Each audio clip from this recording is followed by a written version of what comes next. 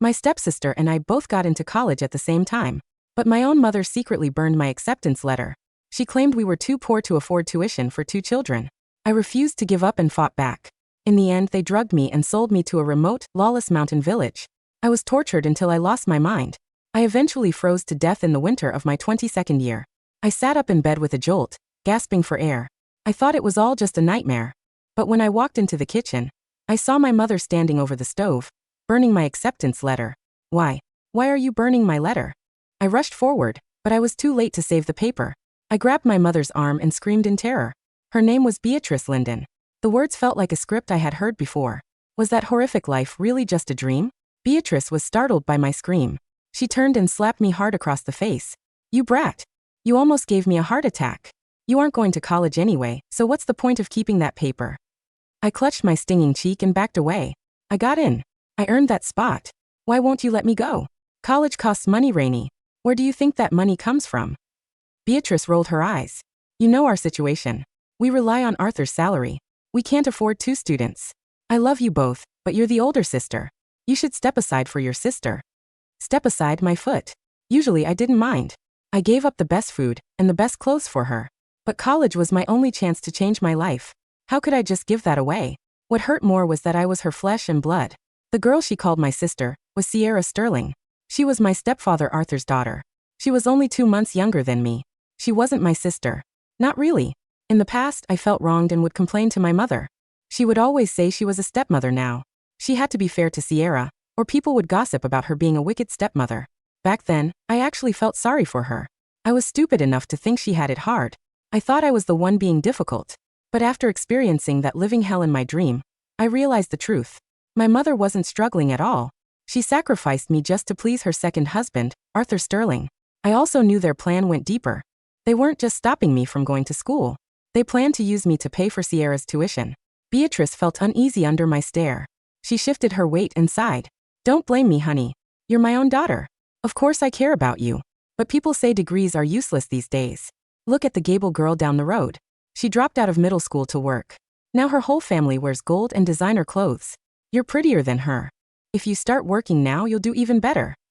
Working a factory job makes a family rich enough for designer clothes? I wanted to ask her if I looked like an idiot. I was a top-tier student. Did she really think I was that gullible? She tried to keep talking, but I cut her off. Since we're so broke and Arthur doesn't make much, Sierra shouldn't go either. She can come work with me. Beatrice jumped as if her seat were on fire. Sierra worked so hard for that spot. How could you suggest she work in a factory? I laughed, feeling the bitterness rise. She worked hard? What about me? Why am I the one who has to sacrifice? Besides, she only got into a local community college. I got into the best university in the country. Community college, Ivy League, whatever. They're all just schools. My mother realized she couldn't win with logic, so she started acting like a victim. It was her favorite trick. But I wasn't going to fall for it this time. I explained the difference between our schools in detail. Her face turned pale, then red, then a sickly gray. I thought I finally got through to her. Then she said something that nearly broke my brain. Since your school is so great, why don't you let Sierra go in your place? I felt like I had been struck by lightning. I was a fool to even try talking to her. If she was willing to sell her own daughter for her stepdaughter, there was no point in reasoning. I slapped myself twice to clear my head. I looked at my mother and forced a grin. You're so smart, Mom. But you just burned the letter. She can't go without it. Beatrice froze. She looked like her hair was about to catch fire. Without a word, she scrambled out of the house. She was incredibly dedicated to the idea of Sierra stealing my life. She spent the whole afternoon pulling strings. When she came back that evening, she was glowing. Arthur and Sierra came home with her. I was in the kitchen washing rice. Sierra, for once, actually smiled at me. Rainey, thank you so much for letting me take your spot. I'll never forget what you've done for me. See how sweet Sierra is? Rainey, you really need to learn from your sister, my mother added from the side. Arthur chimed in. You can't really compare them. Sierra goes into the city with me all the time. She's seen the world. It's natural she's more mature. Once Rainey starts working, she'll grow up too. Right, Rainey? To hell with you. I gripped the basin of water, debating whether to throw it at these 3 shameless monsters. But I needed answers first. I told myself to stay calm. A small mistake would ruin everything. I needed to endure a little longer. I forced a fake smile. You're right, Arthur. Once I start working, I'll send all my money home. I'll take good care of you and Mom. Arthur and Sierra didn't even hide their contempt. Only my mother laughed like a fool. Then I asked casually, Arthur, it's a shame Mom burned my letter. Sierra probably won't be able to get in now. That's not a problem. I have. Beatrice started to say, holding up a thick envelope. Arthur quickly cut her off. He smiled smoothly. Don't worry about that. I know people. It's already handled. Really? That's great. I said dismissively. My eyes stayed glued to that envelope. Then I went back to cooking dinner. In my nightmare, I was sold shortly after the letter was burned. I never knew how they managed the identity theft. But looking at my mother's face, I knew all the necessary documents were in that envelope. That was why I suggested the swap. I didn't know how to fix this yet. But now that it involved Sierra, Arthur would do all the dirty work. He was a teacher at the local middle school. He had the connections. He had managed to get everything ready in just one afternoon. I just needed to steal that envelope and run. Once I was gone, I would be free. But they would be on guard. I couldn't rush it. According to my memories, the men from the mountains would arrive in 9 days. They would stay in our house. Then I would be drugged, taken away, and tortured until I died. I didn't have much time. After dinner, Sierra sprawled on the couch to play games. Arthur wiped his mouth and headed to the local bar to play cards. My mother went to make some iced tea for Sierra. Before leaving the room, she barked at me. Stop eating. Clean the dishes and go cut some grass for the hogs. It's almost dark. Don't be lazy like your deadbeat father. Sierra lost a round in her game and screamed, Shut up. I'm trying to play. You're so loud. My mother immediately apologized to her. She gave me one last glare before walking out. I smiled coldly. She was destroying her own daughter for someone else's child. I wondered how she would feel when the karma finally hit her. It was July. The sun was brutal during the day, so the evening breeze was the only relief. A few neighbors were sitting under the old oak tree near the road.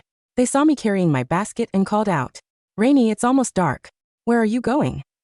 My mom wants me to get more feed for the hogs. This late? The trails are dangerous at night.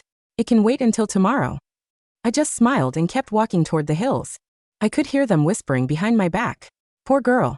You know how it is in that house. With a mother like that, what choice does she have? Beatrice Linden is a piece of work. She treats her own daughter like trash just to suck up to the Sterlings. It's pathetic. Tell me about it. If Rainy's father were still alive, he'd never let her suffer like this. Look at her. She's skin and bones. She's wearing Sierra's hand-me-downs. It's a sin. Keep it down. If Beatrice hears you, she'll start a riot at your front door. I'm not afraid of her. Let her try. Rainy's father was fine one day, then he's dead the next, bleeding from his nose and mouth in his sleep. Everyone knows something was fishy about that. Beatrice isn't as innocent as she looks. I had walked about 10 yards away, but those words stopped me cold. I turned back and looked at Mrs. Gable. Mrs. Gable, what did you just say about how my dad died? When my dad died, I was away at boarding school. By the time I got the news and rushed home, he was already buried. My mother told me it was a sudden illness. Now it sounded like a lie. Mrs. Gable looked startled. She waved her hands frantically. Oh, I was just talking nonsense. How would I know? Right, everyone? The others nodded quickly, but their eyes were shifty. They knew something. They were just too scared of trouble to speak up. I knew I wouldn't get more out of them. I turned and continued up the hill. My grip on the sickle tightened until my knuckles were white, bleeding from the nose and mouth. My mother never mentioned that. And she brought Arthur home to marry her only a month after the funeral. I always thought it was too fast. If they had murdered him, it all made sense. I couldn't just leave with the documents. I had to find out the truth about my father. By the time I got home, it was after 8. I put the feed away and saw that Sierra was gone. My mother was slumped on the couch watching TV. She glanced at me. Took you long enough. There's some tea in the kitchen. Go drink it. Don't say I never give you anything. I didn't go to the kitchen. I sat down next to her. Mom, what kind of sickness did Dad actually die from? She stiffened as if she'd been stung. She turned to me with a dark expression.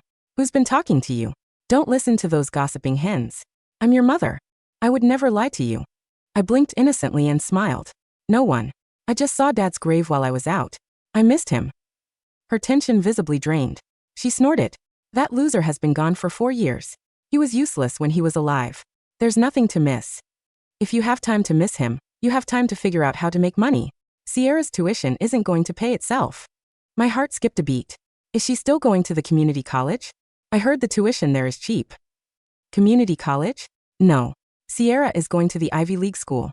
Why would we settle for crumbs when we can have the whole cake? Only a fool would do that. Oh, so you know it's foolish. Yet here you are, being the fool. She caught me staring. Why are you looking at me like that? I'm doing this for your own good. I'm your mother. I thought to myself, I'd be better off with no mother at all. Just then, Sierra walked in, rubbing her eyes. She spoke to my mother in a sugary sweet voice. Auntie B, my friends said the mall in the city got a bunch of new clothes. Can you take me tomorrow? She glanced at me and smirked. Bring my sister along too. My mother quickly replied, we'll go first thing in the morning. You'll get whatever you want. Your sister doesn't need to go. There's too much work to do here. Once you buy your new things, you can pick a few old rags to give to her. Fine by me. Sierra winked at me, acting cute. Sorry you have to work, sis. When I get back, you can pick something from my closet. You really need to change out of that. That pink shirt is so faded it looks white. Sure.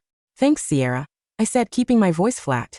The next morning, my mother and Sierra caught a cab to the city. Arthur rode his bike to the school. I was finally alone. I tore the house apart looking for that envelope. It was nowhere to be found. Where could it be?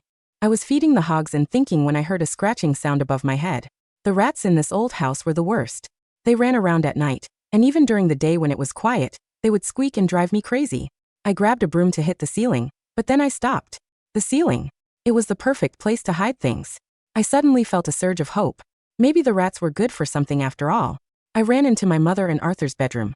I used the broom handle to poke at the ceiling panels near the outer wall. One of them moved. I reached inside and felt a plastic bag. Inside was the envelope. The plastic was thick and smelled of old dust and mildew. My fingers were trembling, but I forced them to grip the edge of the bag, sliding it carefully out of the dark cavity of the ceiling panel. I sat down on my mother's bed, my heart hammering against my ribs like a trapped bird. Inside the bag was a large, heavy manila envelope, sealed with a piece of dirty packing tape. I didn't hesitate. I used my thumbnail to slice through the tape, tipping the contents onto the faded floral quilt. The first thing that fell out was a high school diploma. It had my high school's gold seal on it, but the name printed in elegant script wasn't mine. It read, Sierra Sterling. Beneath it lay my actual academic transcript, the perfect GPA, the top-tier standardized test scores, but my name had been chemically lifted and reprinted. On the top right corner, my graduation photo had been peeled away, replaced by a glossy headshot of Sierra. Her chin tilted up with that familiar, soft-edged smirk. Arthur had used his position as a middle school teacher to gain access to the district's database. He knew the registrars. He knew how the files were stored. He had literally stolen my academic skin to drape it over his daughter. But as I reached deeper into the envelope, my hand brushed against something cold and solid. It was a small, amber glass vial, no larger than my pinky finger. The label had been scraped off, but a white residue clung to the bottom of the glass. Taped to the vial was a folded piece of lined notebook paper, yellowed at the edges. I unfolded it. The handwriting was Arthur's, the sharp, sloping print he used on the blackboard. Beatrice, the vet says 3 drops in his evening tea is enough. It looks exactly like a stroke. The doctor in town won't ask questions if we say he had a headache first. Just make sure the girl is at school when it happens. We can't have her running for help. The date at the top of the note was October 14th, 4 years ago. The day before my father died. A wave of cold nausea washed over me. So violent I had to press my hand against my mouth to keep from retching. It wasn't a sudden illness. It wasn't a stroke. My father, a quiet, hard-working carpenter who had built the very walls of this house with his own hands, had been systematically poisoned by the woman he married and the man she was sleeping with behind his back. And they had done it while I was miles away at boarding school, entirely ignorant, believing my mother's tearful phone call about a sudden tragic loss. I looked at the vial, then at the forged documents, and finally at the open ceiling panel. In my past life, I had been too weak. I had screamed, I had fought, and I had ended up in the back of a covered truck, sold to a village where the winter wind cut through my tattered clothes until my heart stopped.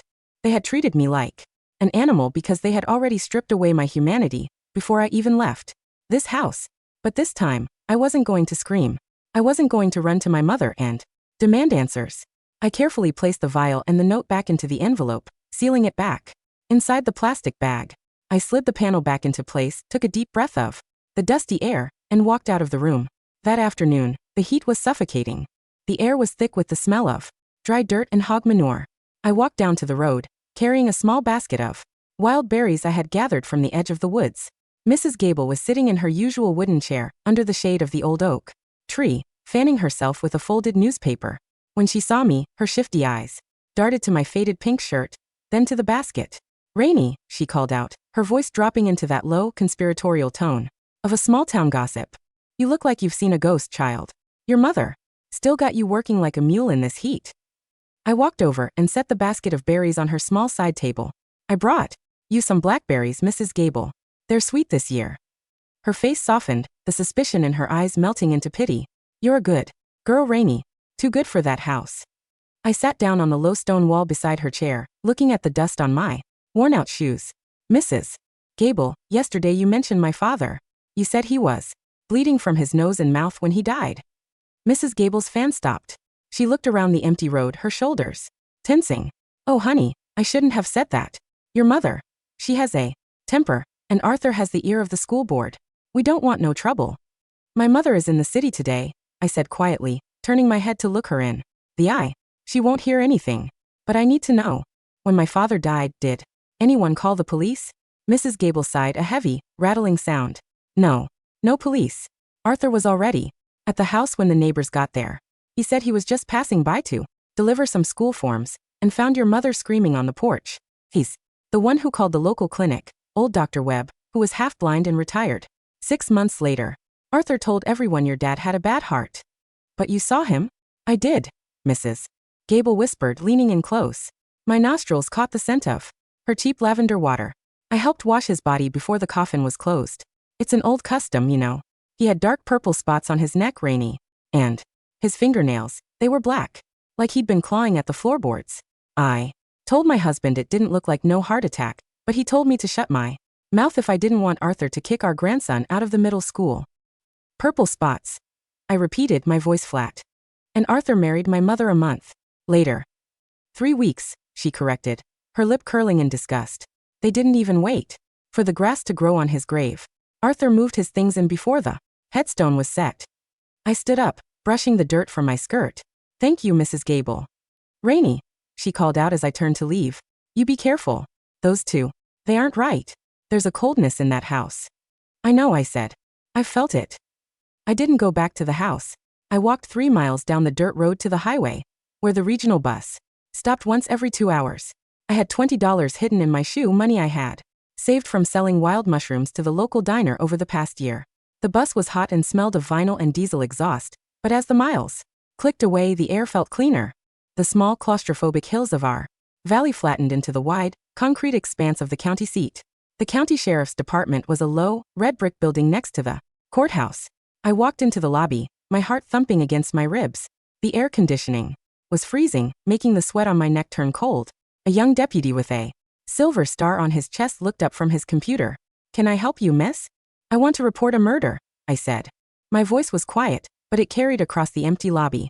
The deputy's hands stopped typing. He looked at my dusty shoes, my faded shirt, and the flat, cold look in my eyes. Whose murder? My father's. 4 years ago. 10 minutes later, I was sitting in a small, windowless office across from a senior detective named Vance. He had graying hair, a quiet, tired face, and a cup of cold coffee sitting on his desk. He didn't look like the local cops in our town who drank beer with Arthur at the local tavern. He looked like a man who spent his life looking at bad things. I laid the plastic bag on his desk. Where did you get this, Rainey? Vance asked, his eyes scanning the forged transcripts before settling on the amberglass vial. In the ceiling panel of my mother's bedroom, I said. The note is in Arthur Sterling's handwriting. He's a teacher at the middle school. He and my mother poisoned my father so they could be together and take our land. Now they're planning to sell me to pay for Arthur's daughter to go to college using my name. Vance picked up the vial with a gloved hand, turning it in the light. What do you mean, sell you? In 7 days, 2 men from the mountains are coming to our house, I said, my voice steady, though my hands were clenched under the desk. They're human traffickers. My mother and Arthur have already taken a deposit. They're going to drug me, hand me over, and use the money to pay Sierra's tuition. Sierra is going to the Ivy League under my identity. Vance stared at me for a long, silent moment. I knew how it sounded. It sounded like the delusion of a neglected girl who had read too many suspense novels. Rainey, Vance said slowly, these are serious allegations. If we go to your house and find nothing. The note is in Arthur's handwriting, I interrupted. The vial contains residue of rodenticide, sodium monofluoracetate. It causes bleeding from the lungs and nose and purple bruising around the neck. My father was buried without an autopsy. If you exhume his body, you'll find the poison in his bones. It doesn't decompose. Vance's eyes narrowed. He looked at the note again, his thumb tracing the sloping print. How do you know the name of the poison, kid? I read about it, I said. I couldn't tell him that I had spent my past life dying in the snow, that I had spent years wondering why my father's body had looked so ruined in his coffin. I couldn't tell him that I had been given a second chance, and that I had spent every second of my rebirth memorizing the details of my own destruction. Vance stood up, his chair scraping against the linoleum. I'm going to send this file to the state lab, and I'm going to contact the district attorney about an exhumation order. But if you're telling the truth about these men from the mountains, they arrive on July 24th, I said. They'll be driving a green pickup truck with no plates. They always arrive at midnight. Vance looked at me, a faint, dark shadow of respect appearing in his eyes. We'll be ready. The next 6 days were a quiet, suffocating game. I washed the dishes. I cut the grass for the hogs.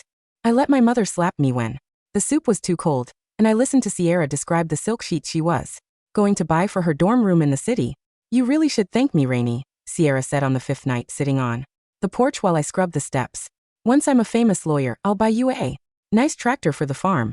You won't have to work so hard. Thank you, Sierra, I said, keeping my head down. My mother stood in the doorway, a glass of sweet iced tea in her hand. She looked at me with a strange, dark look, a mixture of greed and a tiny buried sliver of fear. She knew what was coming. She knew that in 48 hours, her only biological child would disappear into the mountains, never to be seen again. But then she looked at Sierra, who was wearing a brand new designer sundress Arthur had bought her, and her face went cold again. Drink your tea, Rainey, my mother said, setting a tall glass on the porch railing. You look tired. I looked at the glass. The liquid was dark, but a faint, white powder clung to the inner rim near the surface. I'll drink it later, Mom, I said. I want to finish the steps first. Drink it now, she snapped, her voice rising in that familiar, hysterical pitch. I spent 20 minutes making it. Don't you dare be ungrateful. I stood up slowly, wiping my wet hands on my apron. I picked up the glass. Just as I lifted it to my lips, a loud, heavy squeal came from the hog pen behind the barn. Oh no, I gasped, setting the glass back on the railing. The big sow must have gotten her leg caught in the fence again.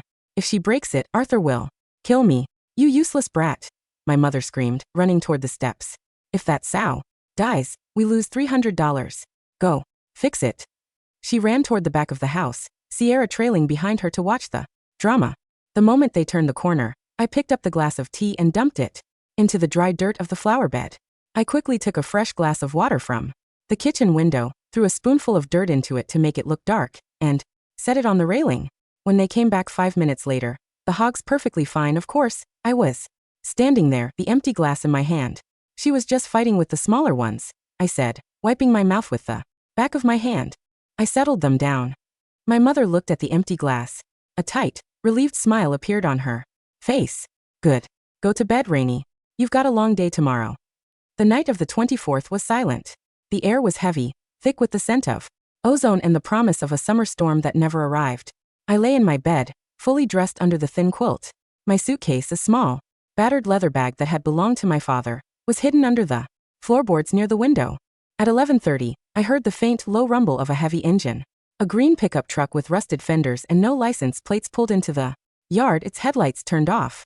2 men got out. They were tall, with long, greasy hair and heavy boots that made no sound on the dry grass. I heard the front door creak open. Arthur's voice was a low, urgent whisper in the kitchen. She's in the back room. The tea had 4 sleeping pills in it. She won't wake up until you're halfway over the state line. And the papers? A rough, deep voice asked. Here. My mother's voice was shaking slightly, but she sounded resolved. Her birth certificate, her medical records. Once she's in the mountains, she doesn't exist anymore. She's yours. Good, the man said. I heard the dry, crisp sound of paper cash being counted. 50,000. As agreed. I stood up, my hand gripping my father's old iron padlock from the closet. The door to my bedroom opened. The taller of the 2 men stepped into the dark room, a thick burlap sack in his hand. He walked over to the bed, reaching out to pull the quilt back. Don't make a sound, little girl, he muttered. The next second, the headlights of 5 police cruisers exploded through the window, blinding him with a wall of white light. Sheriff's Department. Don't move. Hands where I can see them. The man screamed, lunging toward the window, but I was already moving. I swung the heavy iron padlock, catching him squarely across the bridge of his nose. He fell back onto the floor, blood spraying from his face as the window shattered. Inward. Deputy Vance was the first through the door, his shotgun leveled at the second man, who was already on his knees in the hallway, his hands behind his head. Rainey, Vance yelled over the din of the sirens. Are you okay? I'm fine, I said, stepping over the groaning man on my floor. In the kitchen, the scene was pure chaos. My mother was pinned against the kitchen counter by two female deputies, her face twisted in a mask of absolute terror. Arthur was on the floor, his hands zip-tied behind his back, his face pressed into the dirty linoleum.